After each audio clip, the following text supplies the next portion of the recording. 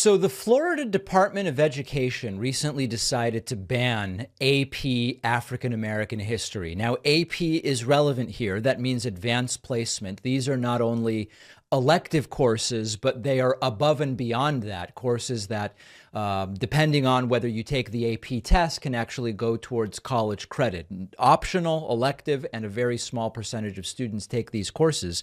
And the reason that Florida Governor Ron DeSantis is now giving for the reason that this class has been banned is completely and totally absurd. The department says that the class was teaching students activism, intersectionality, encouraging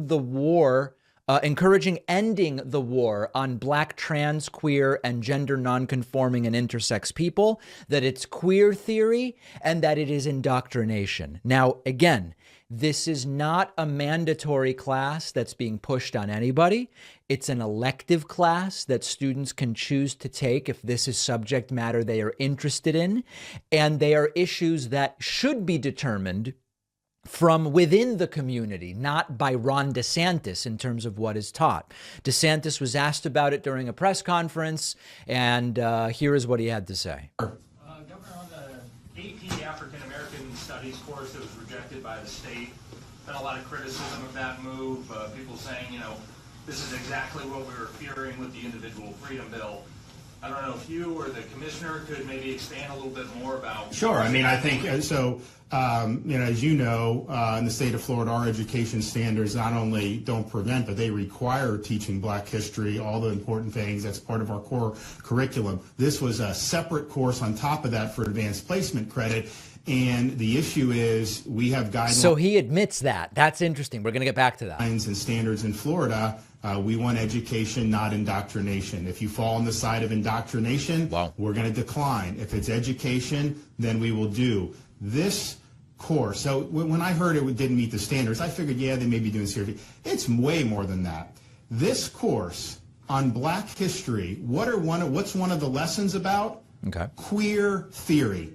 Now, who would say that an important part of Black history is queer theory? That is somebody pushing an agenda on our kids. And so when you look to see they have stuff about intersectionality, abolishing prisons, that's a political agenda. And so that's the wrong side of the line for Florida standards.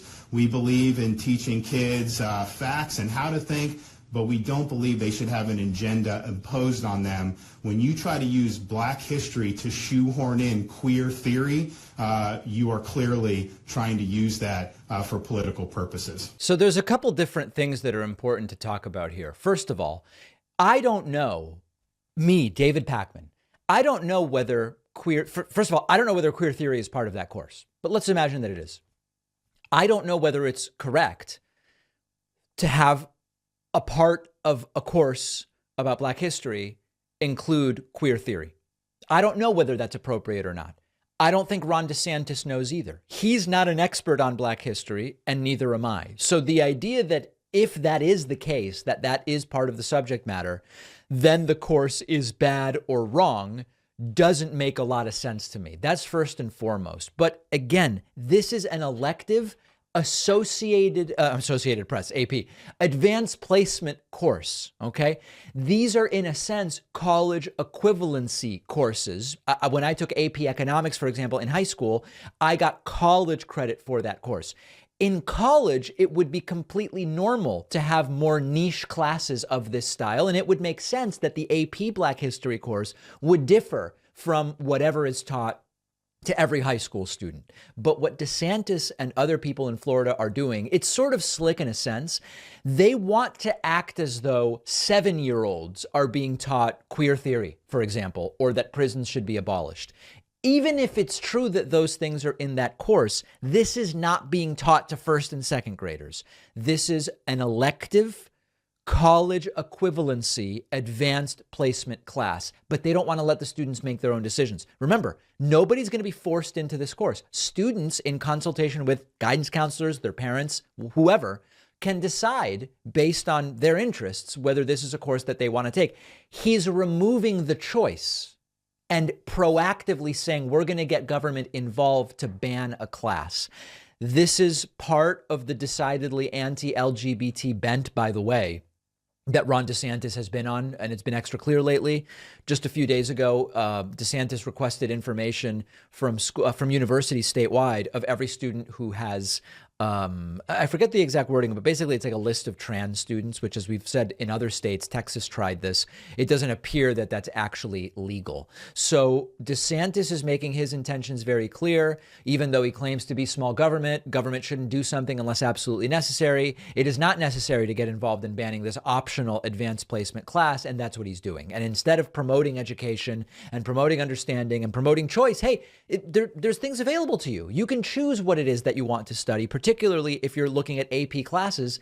It's instead censorship, and it is ignorance, and it's all of those things. So the class should be reinstated. Nobody should be forced to take it. It is an optional AP class. It might have been 12 students who were going to take this thing, but they don't care. It's pathetic, and it's very clear that this is, again, people like DeSantis love to say the left is virtue signaling.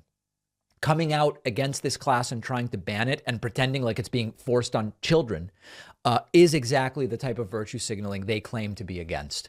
There was a March for Life, and this is an anti-abortion event. Former NFL coach Tony Dungy, who I didn't realize was a sort of right-wing extremist, he spoke at the March for Life, and he drew a parallel between NFL football player Damar Hamlin's cardiac arrest and abortion. What is the connection? I sure as hell don't know, but let's see if we can understand it as Tony Dungy explains it.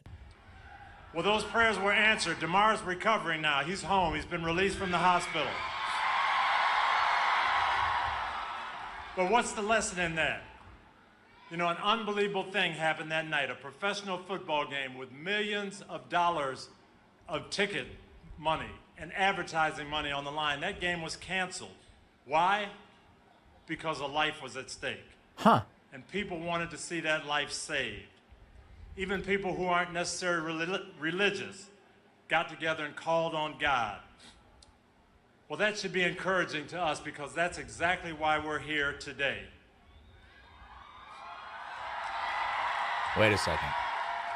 Because every day in this country, innocent lives are at stake. And the only difference is they don't belong to a famous athlete, and they're not seen on national TV. Huh. But those lives are still important to God and in God's eyes. So I did not realize that Tony Dungy had these views. And there are a couple important things I think to mention here. You can be individually pro-life or pro-choice, you know, for abortion, against abortion in some cases, or not, whatever, right? I mean, it is your choice. When we say pro-choice, I'm certainly not saying pro-choice means everyone must be in favor of abortion being safe, available, and legal. I'm saying it should be everyone's choice. If you or Tony Dungy or whoever is opposed to abortion, then I don't think anyone should force you or a mother or whoever to have an abortion. That's what when I say choice, I mean choice on both sides.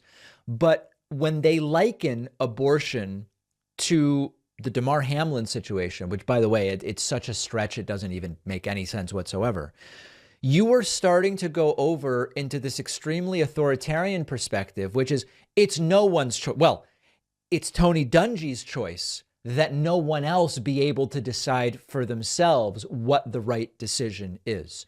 There are people who can choose not to get an abortion for whatever reason they want. That's part of the choice. But they want to take choice away from everybody. They want to take bodily autonomy away from women and families in consultation with whoever they want to consult with.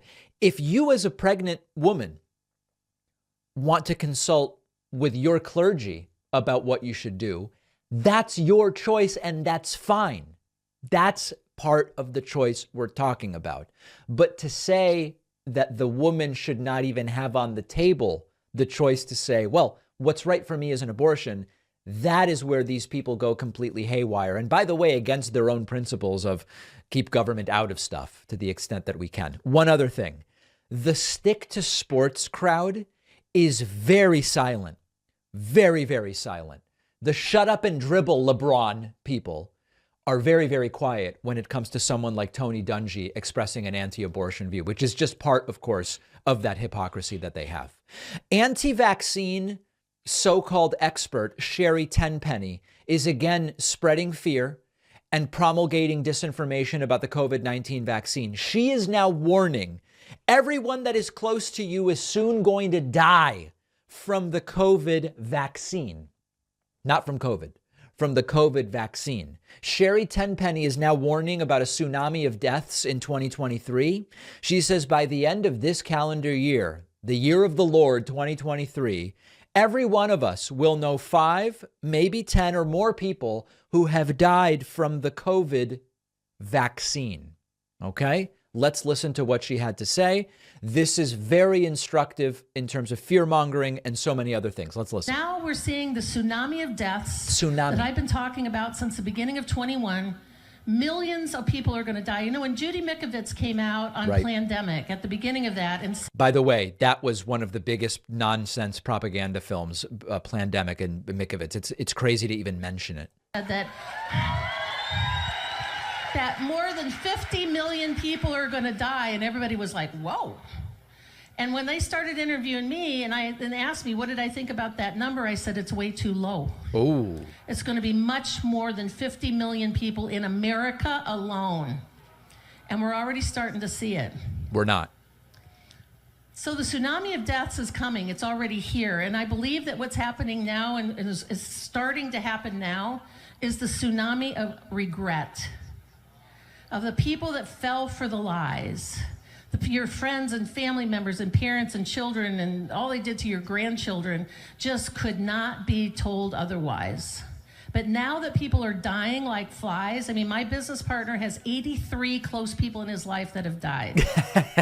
You know, the truth is most people don't have 83 people in their lives that they are close to. This is like a separate issue, but these are obvious lies. 83. Yeah, no.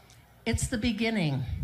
And I predict that by the end of this year, every person in this room and every person listening behind here is going to know a minimum of 5, probably 10 or more close friends and family. Yeah, you don't have as many friends as her business partner, so you'll have only 5 to 10 people die. Members that have died from these shots. Right. So I want to remind everybody, and this is so controversial every time. People say, David, is Sherry Tenpenny a doctor or is she not a doctor? And when I explain it, people get mad. Sherry Tenpenny is not a medical doctor. She is an osteopathic physician. Now, whenever I make that distinction, people start writing in, including osteopaths, saying, David, you shouldn't act as though that is less than being an MD. I'm not saying anything. I'm just telling you she's not an MD. She's an osteopathic physician, and her claims have no scientific basis. It doesn't mean every osteopath believes the things Sherry Tenpenny believes. I'm not saying that at all.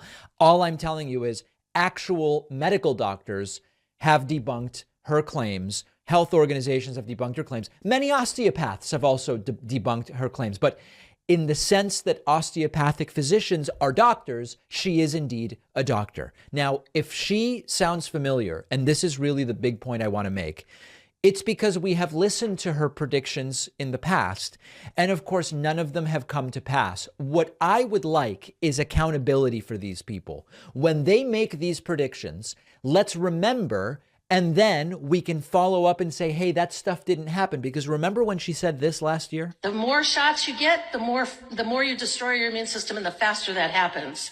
And it's anticipated, the German data says that by the end of 2022, every fully vaccinated person over the age of 30 may have the equivalent of full-blown vaccine-induced immune-suppressed AIDS. Ladies and gentlemen, as a fully vaccinated person over the age of 30, I am here today to tell you I do not have full-blown vaccine-induced immune-suppressed AIDS. I do have a little neck pain from a weird movement I did at the gym 3 days ago, but I don't have full-blown AIDS. So the point is, it's fear, fear, fear. And we're going to talk about this later. I can't believe I'm saying these words. But later on in the show, I'm going to talk to you about Tucker Carlson fear-mongering about a space vagina. I know it sounds insane, but it's what it is. They have to induce fear. Fear generates the environment they need in order to then sell you something, whether it's tickets to an event or a product or liquid silver, whatever it is they sell you. And then there's no follow-up and there's no accountability. We have to hold these people accountable for their endless failed predictions. This is yet another one of those. And if you're listening today and you want to see what this looks like when this woman makes these claims, we'll have all of these clips on our YouTube channel, youtube.com/The David Pakman Show, and on our Instagram, which you can find by searching Instagram for David Pakman Show. Don't forget that the best way to support the David Pakman Show is by becoming a member, which gives you access to the daily bonus show, the regular show with no commercials. You also get access to our entire archive of every episode dating back a really long time and plenty of other awesome membership perks. Go to joinpakman.com and use the coupon code BETTER21 for a huge discount. Joinpakman.com. Remember that the David Pakman Show quite literally depends on your support, primarily through the membership program, which you can sign up for at joinpakman.com. We do an extra show every day for our members, and I would love to see you in the audience of that world-famous bonus show. Sign up at joinpakman.com. I want to talk to you today about the continued scandal surrounding lying Republican Congressman George Santos and what is now, it's not even really an alleged past as a drag queen. And I know that the term queen, is it appropriate? Is it not? I don't really know. Now, before I dive into the topic, I want to start with, I don't care about drag queens in the sense that I don't believe drag queens are a danger to children. I don't believe drag queens are a prominent or important political, social, cultural, or economic issue to be describing or talking about. To me, drag queens are a non-issue. Republicans have made drag queens an issue, claiming some of the things I just said I don't believe, claiming, as Republicans have, that putting together children and drag queens is dangerous to the children in some way. Working to get drag queen story hours of different kinds where men dressed in drag read stories to kids. They have made it a political issue and have claimed that there is a fundamental immorality to drag queens. And now it turns out that lying Republican Congressman George Santos regularly dressed in drag. Now, I don't know if there is a pejorative connotation to saying drag queen. I don't know if there's a difference between dressing in drag regularly and being a, quote, drag queen. I don't know the difference. But it seems to me that George Santos was a drag queen for a period of time. Business Insider now reports George Santos partied in drag over a 3-year period. New videos appear to show, despite a suggestion it was a one-off. I want you to remember, he initially said it's not him in the pictures when these pictures came out of Santos reportedly dressed in drag. It's not me. More recently, he said, it's me, I did it once, I had fun, so sue me. But now videos and photos spanning a 3-year period, 2005 to 2008, appear to show Santos in a drag persona. He went by the name Kitara. So we've got George Santos, we have Anthony DeVolder, now we have Kitara, which was his drag character. George, Anthony, Kitara, Santos, DeVolder. They have been fear-mongering against the LGBT community. They have been fear-mongering about drag queens. And now it turns out that one of their own, who they are very hesitant to just condemn and say, this guy is such a liar, he should resign. He should resign. Members of Congress have not been doing that in any significant numbers. They now are saying nothing about it. And the story first broke last week when freelance journalist Marissa Kabas published a Substack post about the drag queen past of George Santos. And it included the pictures and testimony of friends and all of it. And even in the follow-up of this story, George Santos continued to lie, first saying it wasn't him, then saying he did it once, and then now we have evidence that he was regularly dressing in drag. I don't care that George Santos dressed in drag. I don't care. What I care about is he lies about everything. And of course, the selective outrage from Republicans about if and when he's doing the right thing or the wrong thing versus when it's Democrats is disappointing, it's disgusting, and it's pathetic. So yeah, I'm disappointed that there are more lies, but it's also important to call out their hypocrisy.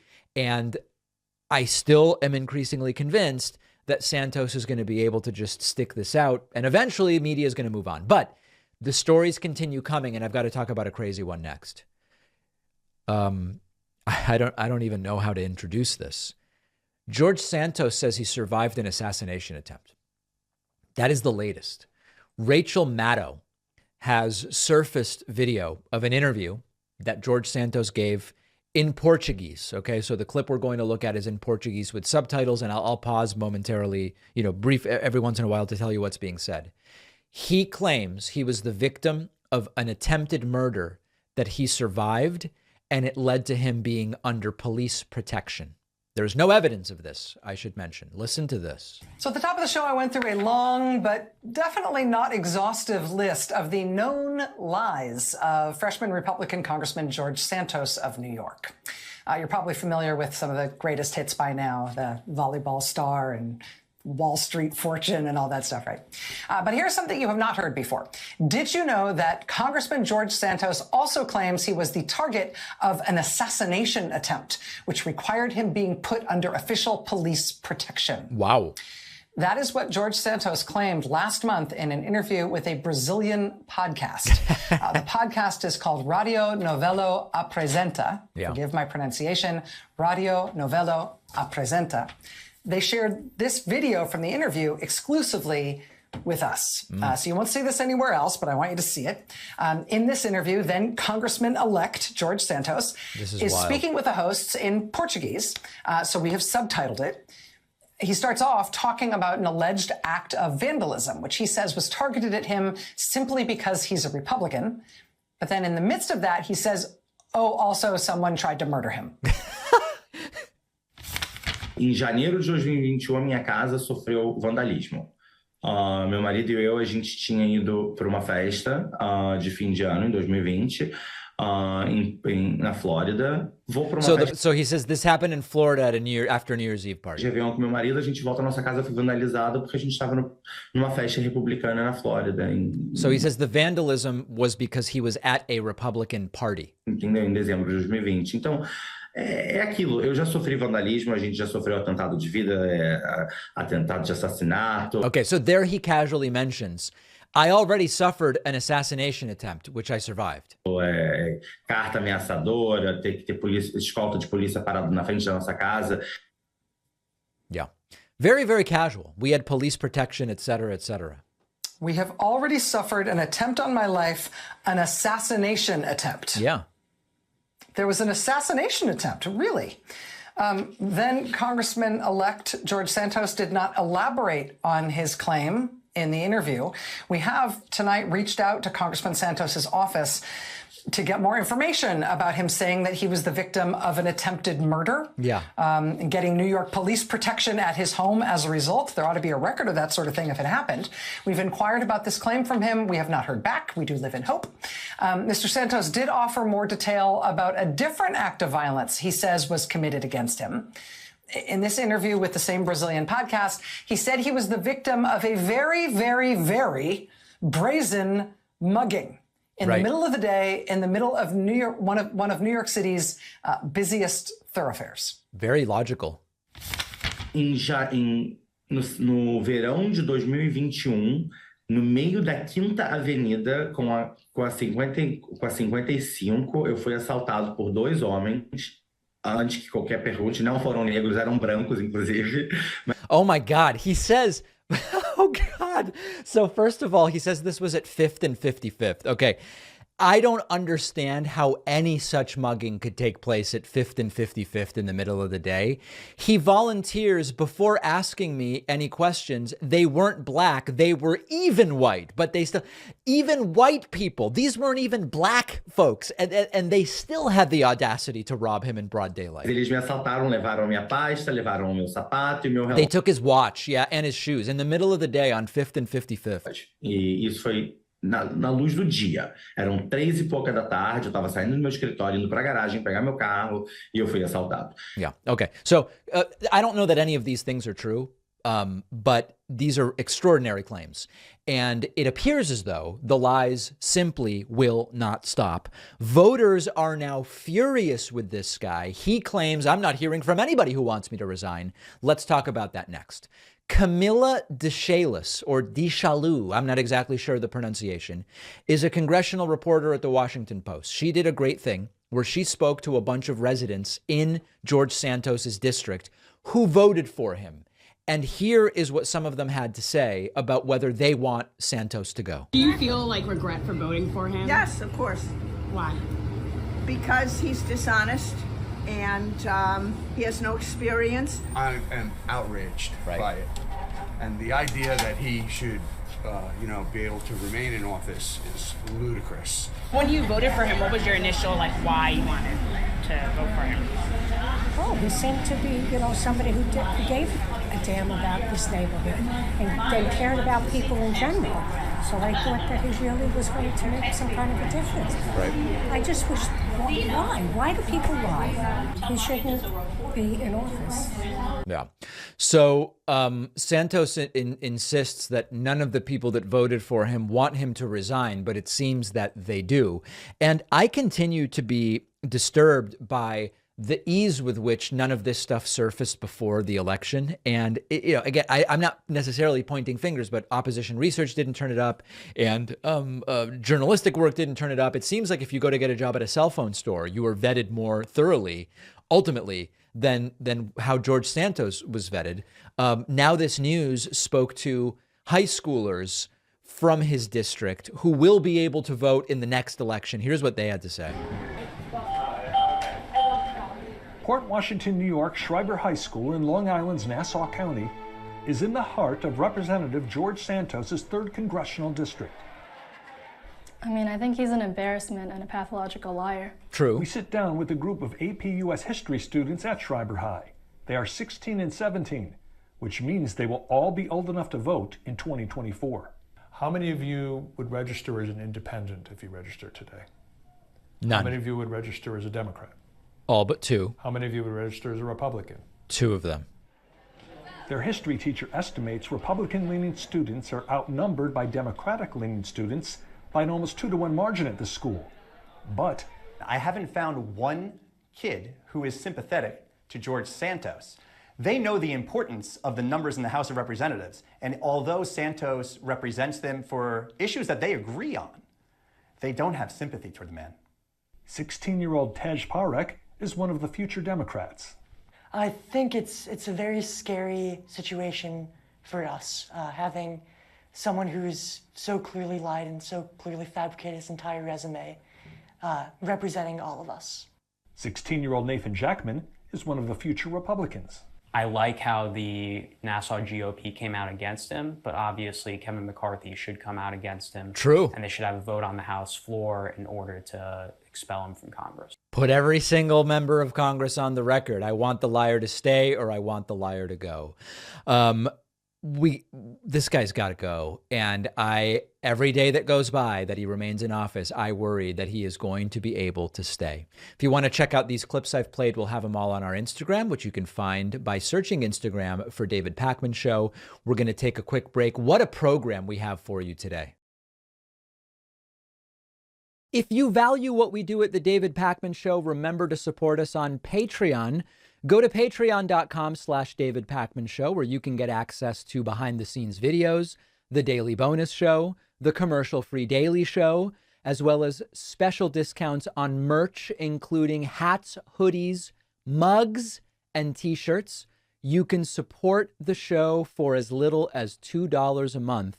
Check it out at patreon.com/David Pakman Show. Some of you may remember that Donald Trump is being sued by author E. Jean Carroll for defamation and for sexual assault, and this is all related to an alleged encounter in the 1990s. Truth is sometimes stranger than fiction. We have now learned that Donald Trump mistook an image of E. Jean Carroll for his own ex-wife, Marla Maples, in a deposition that took place at Mar-a-Lago last year. Now, Trump has argued, I wouldn't have sexually assaulted E. Jean Carroll because she's not my type. Now, a lot of people might react and say, I don't sexually assault people, so it doesn't matter what the woman looks like because I don't sexually assault people. No, okay, fine. Trump said I wouldn't have done it because she's not my type. Fine. So the fact that he thought it was his ex-wife suggests maybe she actually is his type. It's unbelievable. There's a Washington Post article by Shayna Jacobs. Trump thought photo of accuser was of ex-wife during deposition. Donald Trump mistook his sexual assault accuser, E. Jean Carroll, for his ex-wife, Marla Maples, when shown a photograph from the 1990s in a deposition at Mar-a-Lago last year, potentially undermining one of the common defenses he has used to deny an attack. Trump, who's being sued by Carroll for defamation and sexual assault stemming from the same alleged encounter, has repeatedly said Carroll is not his type, suggesting an assault could not have occurred because he would not have pursued her romantically. That's Marla. Yeah, that's my wife, Trump said when he was examined by Carroll's lawyer, Roberta Kaplan, in a new selection of excerpts from the deposition that was unsealed. Trump's blunder in a sworn deposition was quickly corrected by his attorney, Alina Habba, who told him it was Carroll, not Maples. Maples was Trump's second of three wives. Trump did not immediately have a comment. The black and white photo at issue has been circulating since Carroll made the allegations, detailing an account in her memoir of a forced sexual act. Trump has denied ever knowing her, said she's not my type. Okay, we all know that. This is a stunning situation. And if this didn't deal with things as serious as sexual assault, we could all just be laughing at it. But one of the ways that Trump has tried to dismiss these allegations and dismiss and undermine the credibility of E. Jean Carroll has been to say, she's simply not my type. I'm not attracted to her. I wouldn't have been attracted to her in the 90s. He's basically saying she is not desirable enough for me to even pursue her. Never mind, force myself upon her or something like that. Here we learn, an image of her in the 90s, Trump actually believed was his own ex-wife, someone who I would assume Trump was romantically and sexually interested in. Now, the bigger problem, of course, is that this entire line of reasoning perpetuates some really horrible societal stereotypes about women and sexual assault. And when Trump mistakes his accuser for his ex-wife, it not only continues to go along that line, which is like, was she attractive enough for Trump to sexually assault her or not, right? Which is like a crazy conversation to be having. But it also more generally raises questions about whether anything Trump says can be believed, whether any of Trump's defenses can be believed, when they might be based on complete misapprehensions by Donald Trump altogether. This is not the first time Trump has been accused of sexual assault. He has a history of denying allegations, undermining the credibility with similar statements, not my type, wouldn't have done it, that sort of thing. I don't know whether this is going to go anywhere, but Trump mistaking the accuser for his own ex-wife is really wild, wild stuff. Christian nationalism is something we've spoken about a lot on the program. Christian nationalism is, very generally speaking, a view where you believe that Christianity should be not only one of many religions that people in their private lives can choose to follow, but directly connected to the law of the land and civil government. Christian nationalism includes the idea that the doctrine of Christianity should be first and foremost and in the forefront of what determines what are our civil laws and civil government. Now, Congresswoman Lauren Boebert from Colorado, who recently just barely won re-election. She recently made some comments about Jesus and Christianity, and it's really the stuff of nightmares. She spoke about the end times and the rapture, and let's look at the clip first, but I want you to just have in mind, and I know I've said this before and people get offended, what is the line between religion and delusional mental illness when it comes to the sorts of stuff she talks about? I don't pretend to know the answer. But let's listen to what she said. And one thing that I love, just an analogy, maybe it's true, maybe it's not, about the second coming of Jesus. Right. I've heard stories of, people believing that Christians are going to be hiding out in caves and, and just lockdown. Maybe it's a lockdown, maybe it's a government lockdown, but they're shut in and they beg for Jesus to come back. He comes back and rescues them. I don't think that that's the way it's going to be.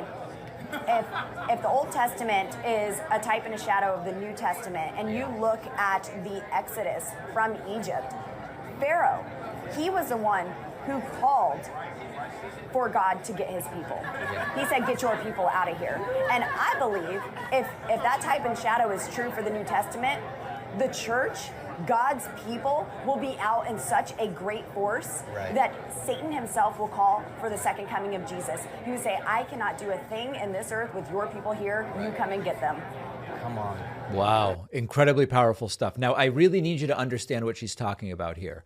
This, second coming of Jesus stuff, resurrection, rapture, end times, this is all, there's different flavors. And I know no matter which summary I give, someone will write in and say, David, you're misunderstanding this or that aspect of it. Remember, there's 1,000 versions of this, but it is some combination of, there is going to be some kind of end time event where the Christians that are alive and the resurrected believers are going to rise in the clouds, and here on earth, bad things are going to happen.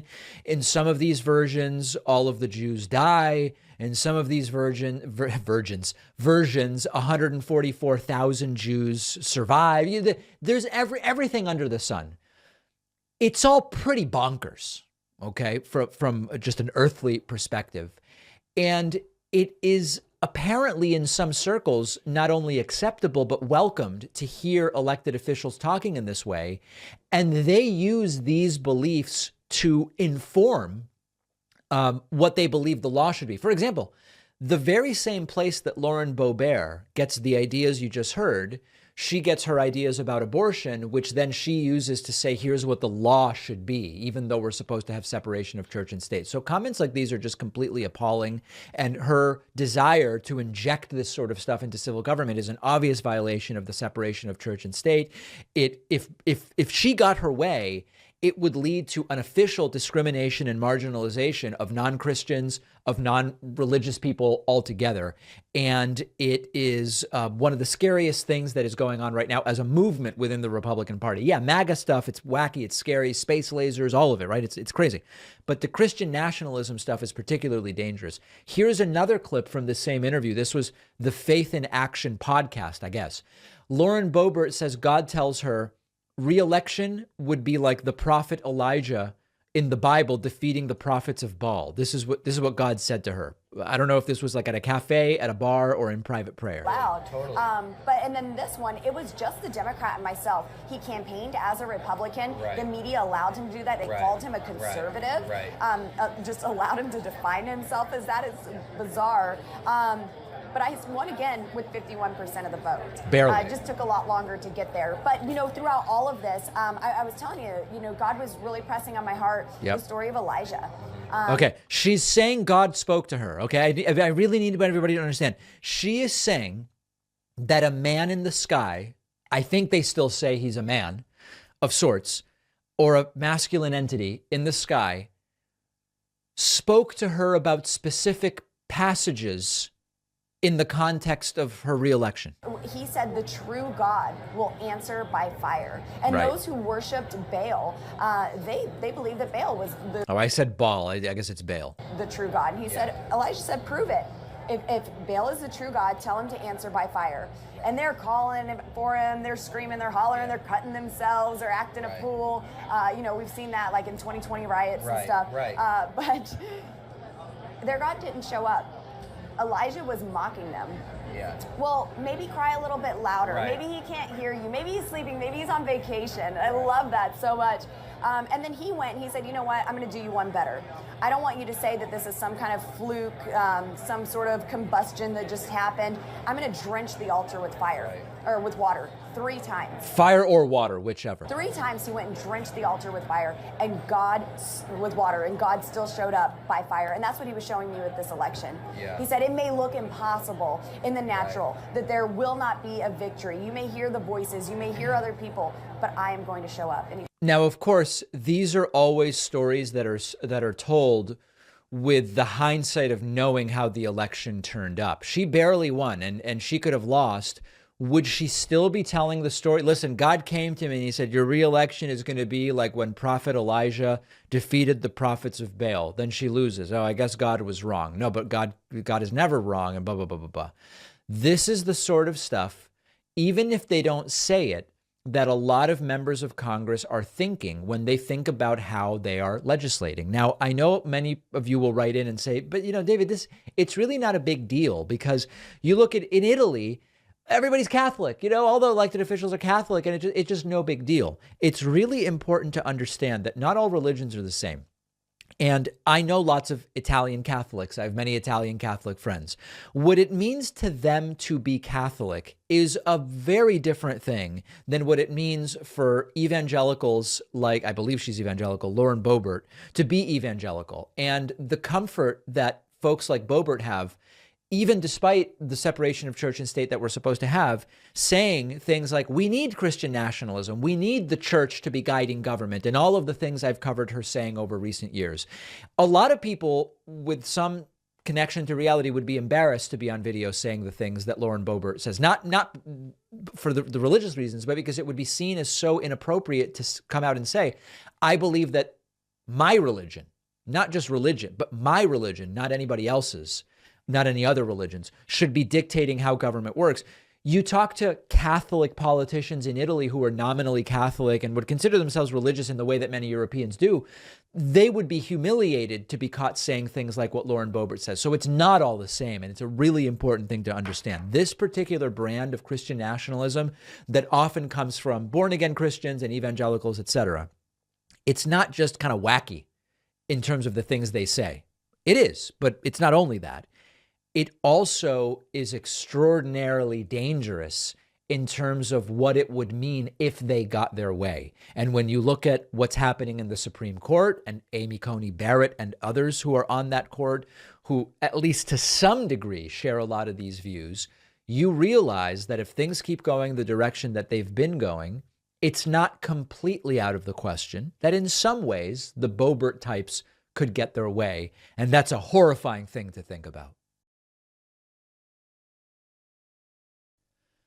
Follow us on social media, interact with the David Pakman Show community, see exclusive content, see when we're taking calls live, and stay up to date on other big show announcements. We post daily. Find us on Reddit, Twitter, Instagram, Facebook, Discord, and TikTok. Because after all, it's only January of 2023. We are not paying much attention to 2024 polling. We're looking at it sort of every 3 weeks, every 4 weeks. I can't quite remember the last time we looked at it, but it is not irrelevant. And particularly when we are asking the question, is Trump's campaign for the primary nomination imploding before it even gets going, when we are not yet sure that Joe Biden is running for re-election, because despite what he says, he has not actually announced that he is running for re-election at this time or filed to run for re-election. There's a lot of question marks and interesting things going on, the aftermath of the 2022 midterms, etc. So let's look at where the numbers are. And this morning, there was a headline, Trump leads Biden in hypothetical 2024 matchup, according to a new poll.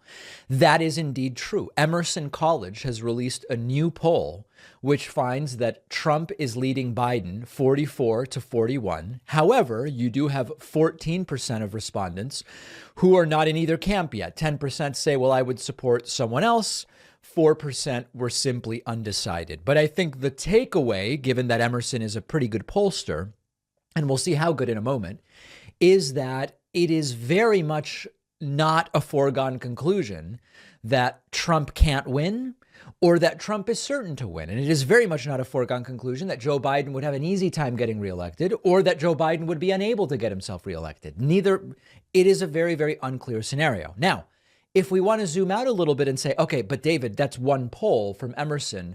What if we look a little more broadly? I love that idea. So then we would go to 538's aggregation of different polls. And there you will find the Emerson poll I just mentioned, the Emerson poll, that's an A- rated pollster. In a Biden-DeSantis matchup, it's essentially even. It's Biden +1. And in that Biden-Trump matchup, as I just told you, Emerson has it Trump +3. But what about other pollsters? Well, let's look. Morning Consult, which is a B-rated pollster, has a poll that's 1 day newer. In Biden versus DeSantis, they have DeSantis ahead, whereas in Biden versus Trump, they have Biden ahead by 3 points. All right. What about a different poll? Well, we have one from a few days ago. This is a Harris poll. Harris is a B+ rated pollster. In that poll, Biden-DeSantis has DeSantis up 3 and Biden-Trump has Trump up 5. And then lastly, and this is the last one because then we'll get kind of to our bigger observations, YouGov, which is a B+ rated pollster, Biden-Trump has Biden up 4. And in a slightly different formulation, they have Biden up 6. That's registered voters versus, what is A? I forget what A is. Not actual, likely. Anyway, and then in Biden DeSantis, they have it even. So what's the real takeaway here? The real takeaway is no one of these polls is really going to tell us everything that we need to know. The takeaway is anything quite literally could happen in 2024. We are not even really in the primary season. Donald Trump did something that's sort of not out of character for him, but it's out of norms historically to announce so early that he is running. He is scheduled to start campaign events soon, although I don't know that they're going to be massive rallies. In fact, he does have an event in South Carolina this weekend. Our correspondent, Luke Beasley, will be there, and we will have clips of interviews with South Carolinian Trump supporters for you on an upcoming program. The takeaway is we don't have any idea what could happen. And so any statements that sound like foregone conclusions of the sort of Biden doesn't have to worry, or Biden has no chance, Trump's got this in the bag, or Trump has no chance, none of those statements are accurate at this point in time. Now, what about the Republican primary? This is a very interesting question because there is a candidate who has not even announced that he is running, Ron DeSantis, who had some polling that looked pretty good. More recently, it doesn't look quite so good for Ron DeSantis. In a recent Morning Consult poll, Trump is leading DeSantis by 19 in the primary. In a recent Emerson poll, Trump is leading DeSantis by 26. In a recent B-rated Big Village poll, Trump is leading DeSantis by 23. And in a recent Harris poll, Trump is leading DeSantis. Trump, Tim Scott, Trump +50. This is against other people. Okay. Trump is leading DeSantis by 10 in a Harris poll. So even though there was a period about a month ago or so where Ron DeSantis was actually leading Trump in a bunch of different polls, despite the fact that Trump has announced and DeSantis has not, which was quite stunning, it does not seem to be the most common scenario right now. That's where we are. Anything could happen. Anything could change, but we will follow it probably like roughly every 3 or 4 weeks. Tucker Carlson is very concerned about a floating space vagina. That is not a headline that I would have guessed 2 days ago I was going to be giving you today. This is the epitome of everything is scary. I'm going to explain right-wing fear-mongering to you with a segment in which Fox News propagandist Tucker Carlson is afraid of a Turkish floating space vagina. What am I talking about? Okay, here's the deal. In Turkey, there was a cloud, okay? The cloud, to some people, looked like a vagina. And some of you will say, well, David, really, it's a vulva. The vagina is inside. We all know what I'm talking about, okay? We're using the colloquial term that is usually used. Please, OBGYNs, don't write to me about this. It was really not like a huge deal. It's just a cloud. I mean, quite literally, it's a cloud. But Tucker has to fearmonger. So he does a segment saying, this is really a problem. This is not normal. Take a look at this. may have seen pictures of the very strangely shaped object that appeared in the skies over Turkey. Yeah.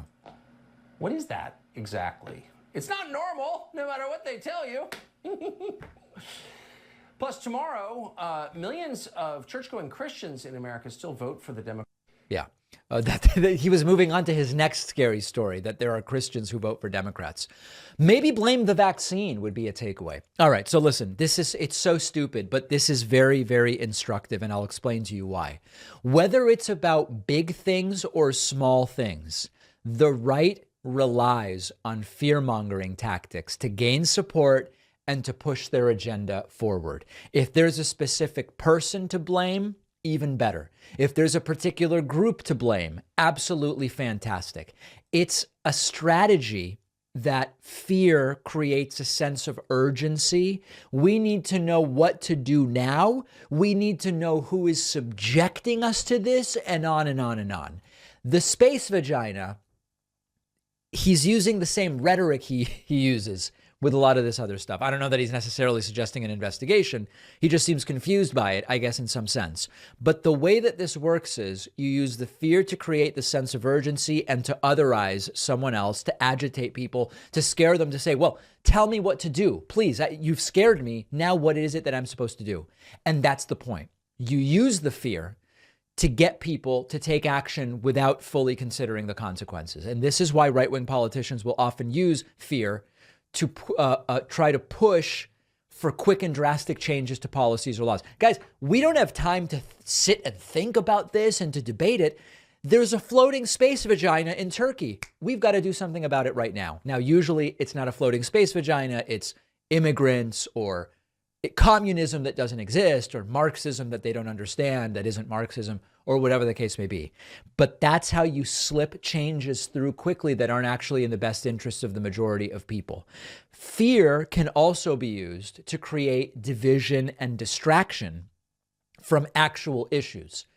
A floating space vagina is not a real issue. Tucker's 1 hour show, once you take commercials away, is probably 38 minutes or 42 if it's like, most corporate media shows. And every one of those minutes is going to something rather than something else. And when you do the space vagina thing, you don't talk about an actual issue that affects people. And lastly, the fear is used to create an us versus them mentality. Now, he didn't go in this direction, but the Turkish floating space vagina could be used to make the audience suspicious of what is it that Turkey is doing? What is Turkey up to exactly? Will they have a floating penis soon, or whatever the case may be? And it's part of this distraction method, and it fuels all of these other techniques that I talked about. So it's such a silly example. It's a small example, although the cloud is quite large. It's a small example, small scale example of how everything leads to the exact same rhetoric and tone. And that's another fascinating and sort of funny thing. Whether Tucker is talking about a potential nuclear war or a floating space vagina, his tone is exactly the same, which signals to people who have this stuff spoon-fed to them on Fox News, they should be reacting with equal amounts of fear to both of the things. So it's quite sophisticated propaganda. And it would be better if people were more prepared to defend themselves against it. We have a voicemail number. That number is 219-2DavidP. I recently did a segment on the Pacman Finance channel recommending what I believe to be 10 or so personal finance books that if everyone read, you would be ahead of 98% of the population in terms of personal finance knowledge. I did that segment last week. Someone wrote in, they called in, and they said, David, what about Rich Dad, Poor Dad? Take a listen to this. David, it's Alan from Jersey. I'm watching your video on the Pacman Finance channel about finance books you suggested, and your list did not include Rich Dad, Poor Dad by Robert Kiyosaki. I can't believe you left this one out. I know. It's one of the best finance books that teaches you the difference between thinking like a rich person versus thinking like a poor person. For example, a poor person works hard, pays their taxes, and gets screwed over when their company lays them off. But a rich person like Kiyosaki writes a scam book, this Rich Dad Poor Dad scam book. Then he gets in bed with Amway, which is a scam multi-level marketing thing. Yes. And forces Amway people to buy his book. And that's part of his whole scheme that made him the self-help guru. So yes, the Robert Kiyosaki's main strategy for getting rich is to write books and sell them to people, telling them it's going to tell them how to get rich. So if you can emulate that, that is a way. No, listen, I read Robert Kiyosaki's Rich Dad, Poor Dad, like the first couple of books when I was probably 16 or 17 years old. And I don't find them substantive and I don't find them serious. Now, whether he is a quote scammer or not, I will leave that to the critics to decide. But if you say to me, David, sir, I need recommendations for personal finance books that are really personal finance books, not Kiyosaki telling me to start getting real estate that will generate passive income. And then buy more of my books and maybe do some Amway stuff. No, if you want my actual list of good finance book recommendations, go to davidpakman.com/recommendations. And then we also have the finance content at youtube.com/PakmanFinance. I do not recommend Robert Kiyosaki's books or his courses or his whatever it is that he is selling. The books I recommend are cheap, they are complete, and that they aren't going to try to sell you more stuff. And again, if you read these 10 or so books that I recommend to you, your personal finance knowledge will be greater than that of 98% of the adult population. I've got nothing to sell you. They're not my books. They're other people's books. YouTube.com/PakmanFinance and davidpakman.com/recommendations. On today's bonus show, the FDA wants to simplify the use and the updating of COVID vaccines. What do they want to do? And who is already flipping out about it? I think you can probably guess. The first artificial intelligence-powered robot lawyer is going to represent a defendant in court next month. This is super interesting, and we're going to discuss it at length on the bonus show. And lastly, the woke mob. Oh, wait, no. It's the right-wing mob. The right-wing mob has indefinitely paused their M&M spokes candies over right-wing pressure. I thought we were the people who canceled, but they are doing a lot of canceling. Sign up at joinpakman.com. You'll get instant access to the bonus show. I will see you then.